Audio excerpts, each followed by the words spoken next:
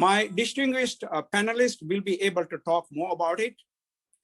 Before further delay, I wanted to introduce my first speaker, Ms. Soraya Deen from USA. She's a lawyer by profession, award-winning international activist. Please, Soraya Deen, floor for you. Thank you, Mr. Wahabdeen, Dr. Khalik, and everyone at UHRC for having worked tirelessly to put this event together and bring our speakers together. I firmly believe that evil prevails when good people do nothing. Today, it takes enormous moral courage for us to stay within Sri Lanka, work within Sri Lanka, and critique it when it fails and falters. My heritage, my family, my community, and my identity are all a part of this country I call motherland. It is not a choice I made.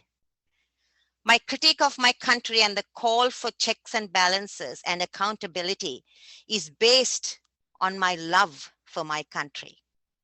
And I also believe it is a patriot must always defend her country against her government.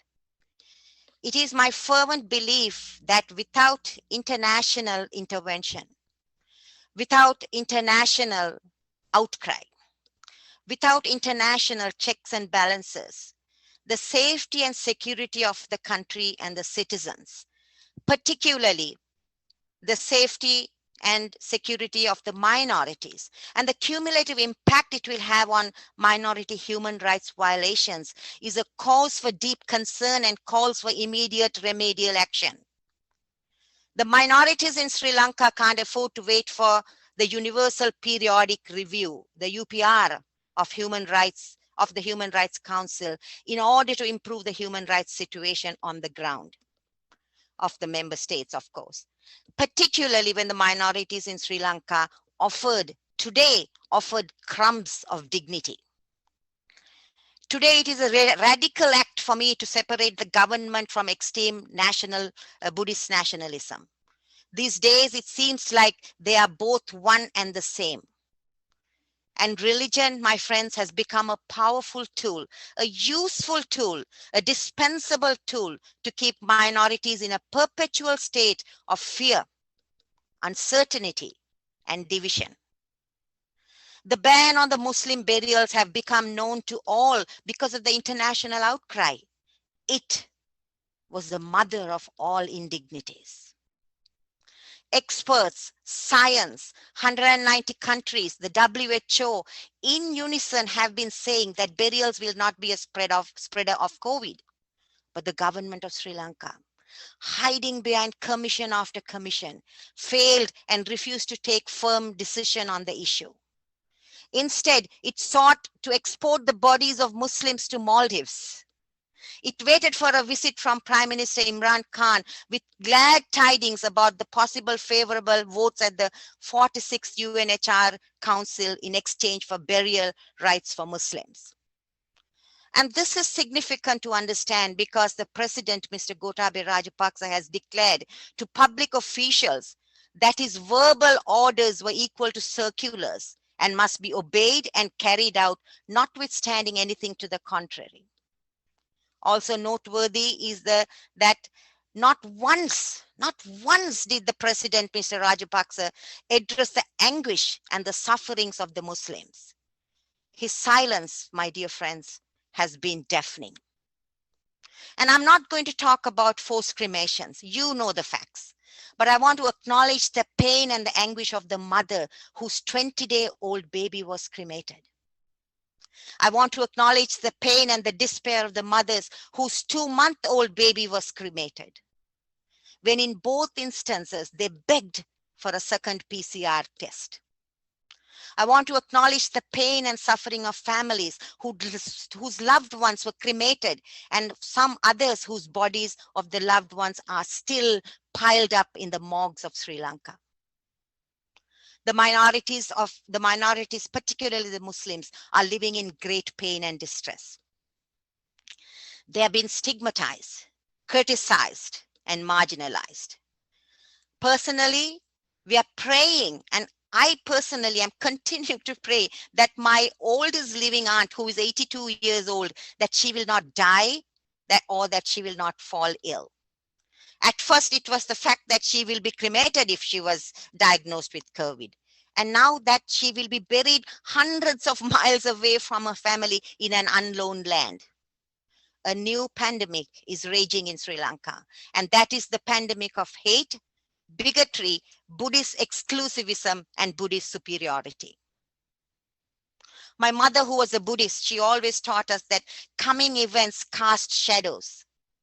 Later, I learned the Buddhist concept of paticca samuppadaya, dependent arising, a key doctrine of the Buddhist philosophy, which states that if this exists, that exists, that all arise in dependence upon the other. Forced cremations were dependent upon the terror, the injustice, the iniquities that has been continuing to be unleashed on the Muslims for a very long time. In 2019, I visited Kottambapitiya, a village, to explore the possibility of a process of reconciliation between the Muslims and the Sinhala Buddhists. Mobs had destroyed over 70 homes belonging to Muslims and their shops and their mosques. To this day, perpetrators of the crime have not been punished. The previous year, I visited Digana, where scores of Muslim mosques, homes, and businesses were destroyed by mobs who ran amok for 3 days. A young Muslim boy, I met his father, who was weeping. Years later, he was burned to death in his own house. To this day, no perpetrators have been brought to book. Investigating units are still probing the deficiencies of the police in these incidents. This series of anti-Muslim riots targeting Muslims is not a new phenomenon. We have witnessed this in many other cities. Today, the government continues to have no plan nationally and institutionally to address the deep and the urgent challenges of communities and the need to promote communal harmony, reconciliation, and national unity. And this year, of course, we can add the flagrant violation of minority religious rights.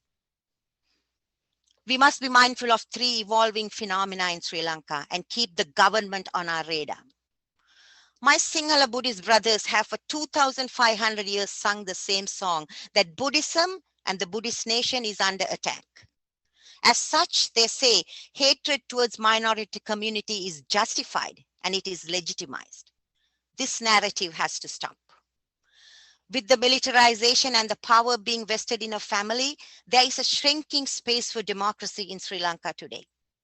The recent 20th Amendment to the Constitution has blurred the separation of powers between the executive, the judiciary, and the legislature, vesting unchecked, unlimited power with an individual, the president of Sri Lanka. The greatness of Lanka cannot rest on its claim to be a Buddhist nation, not in its rich culture and the heritage, but in her ability to repair her faults. As Malcolm X once said, Sister Soraya, you have 1 minute to go. Yes, as Malcolm X once said, one cannot be so blind with patriotism that you cannot face reality. Wrong is wrong, no matter who does it or says it. The Sri Lankan government must enter into a partnership with worldwide institutions and restore its obligation, subordinating itself where it is necessary to checks and balances to preserve and uphold its commitments to human rights and dignity. It is only through accountability that we can achieve responsibility. And as Dr. King would say, I want to finish by reminding us all, a first-class nation, my friends, can't have second-class citizens. Thank you. Thank you, Soraya Deen. That's a wonderful presentation. You almost touched base with everything, including religious tolerance, where the Buddhism is more of a religious tolerance, whereas in Sri Lanka, it's totally the other way. And also you touch base with the forced cremation with her 20 days old baby. That is very touching. And also Kottambapitiya and also Digana incident, which is almost forgotten, where more than $1 billion worth of properties were damaged. One man was slashed in his neck and was dragged on the street and nobody wanted to take him to the hospital. Those are really traumatic situations. I think one fact people always forget about to talk about is, as a doctor, I can talk about it maybe 30 seconds, post-traumatic stress disorder.